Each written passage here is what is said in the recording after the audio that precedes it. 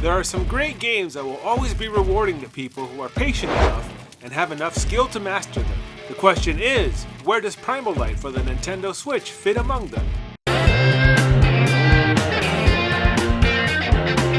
Released first on the PC through Steam on July 2020, a port for the Nintendo Switch arrived on November 24th of 2022, and the game's developers, Fat Gem, were kind enough to supply me with a review code, so let's get into it. There's not much in the way of story here, but that's okay. There's enough to give you an appetite for this game, and I honestly don't really care about stories in games like these. From what I can tell, the game puts you in the role of Krog, who is essentially a blue, muscle-bound guy in a red loincloth. He is armed with a sword and is on a mission to hunt down the gods who have burned down his village and killed his people. With his dying words, a fellow tribesman tells you that there are 12 artifacts scattered throughout the land that will help you on your quest if you should find them. Then maybe, just maybe, you stand a chance against the evil gods. And so you embark on your adventure to avenge your people. At its core, Primal Light is an action platformer that puts your skills to the test, much in the way that old school games like Ninja Gaiden did. The similarities between Primal Light and Ninja Gaiden, as well as with games such as The Messenger, which is another good action platformer, don't end with the gameplay. This is a modern pixel art adventure that makes liberal use of retro game mechanics to challenge players across 10 colorful missions filled with monsters and bosses. The controls in this game are pretty tight. Your buttons allow you to swing your sword, jump, and roll. If you find certain power-ups sprinkled throughout the levels, you are later granted the ability to dash and do a double jump.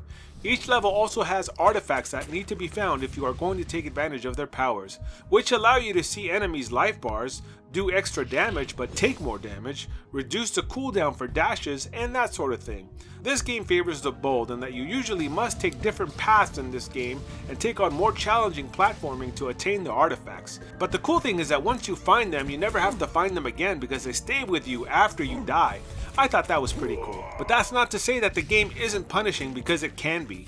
I was playing it on veteran difficulty, which amounts to the normal mode, and I was dying plenty of times. It's not because of the controls though, it had more to do with not knowing the levels well enough and not timing my jumps and attacks properly. Most of the monsters you will be taking on in this game require a couple of hits or more to take out, and each of them have an attack pattern to figure out too. The same can be said about the bosses, but once you figure their pattern out, they are a piece of cake. Overall, the enemies and the bosses in this game are fun to fight. Your attack in this game is pretty basic. I mean, it's just a sword. It would have been cool to have incorporated some type of ranged attack or screen clearing magic based attack that can help you gain the upper hand on enemies, but that's a minor gripe, and it is what it is. All I'm saying is that it would have made the combat more interesting. This game boasts some beautiful pixel art graphics, and I'm a big fan of them. The music and sounds, although not rocking or anything like that, fit the game really well and don't annoy. This game does have some replay value because after beating your game, you can play a more challenging version of the game on your second playthrough.